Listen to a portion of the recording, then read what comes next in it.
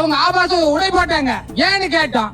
ஆனா ஒரு குழந்தைக்கு பால் கொடுக்கிறப்ப அந்த ஆபாச உடையோட இருக்க முடியுமா? அவங்க எத்தனை வருஷத்துக்கு இந்த இதை கட்டிட்டு இருப்பாங்க? இந்த உடையோட குழந்தைக்கு பால் கொடுக்க முடியாது, இது ஆபாசமா இருக்குன்னு சொல்றீங்க. ஆமா, குழந்தைகளுக்கு பால் கொடுக்கறதுக்காகவே வடிவமைக்கப்பட்ட ஆடைகள்லாம் பல வருஷம் ஆச்சு. இந்த விஞ்ஞான ரீதியில சமூக அறிவில இப்ப என்ன ஆகி போச்சு? பால் கொடுக்க முடியாத உடையை நான் பெண்களுக்கு எப்படி கல்யாணமே ஆகல, இந்த உடையை நான் இப்ப போட கூடாதா? எந்த குழந்தைக்கு பாலை கொடுக்கறேன்?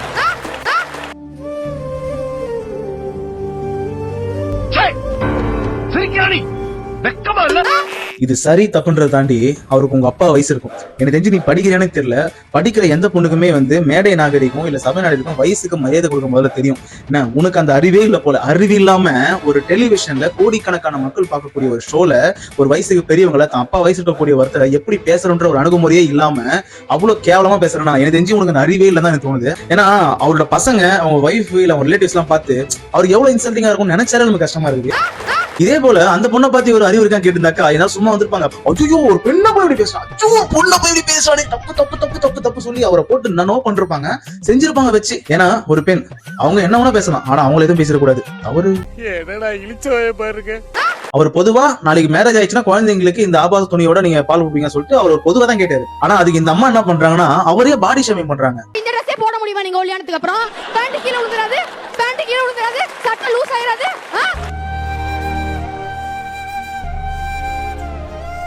அதையும் வர உட்காந்து சிரிச்சுட்டு இருக்கானுங்க பாருங்களேன். இதை பார்க்கும்போது தான் எரிச்சலாவது நமக்கு. இதே போல உங்க அப்பனை பார்த்து ஏதோ ஒரு பொண்ணு அறிவு இருக்கான்னு கேட்டிருந்தாக்கா சும்மா இருந்திருப்பியா? உனக்கு எவ்வளவு கொதிச்சிருக்கும். அதே போல தான் அவங்க வீட்லயும் கொதிக்கும்.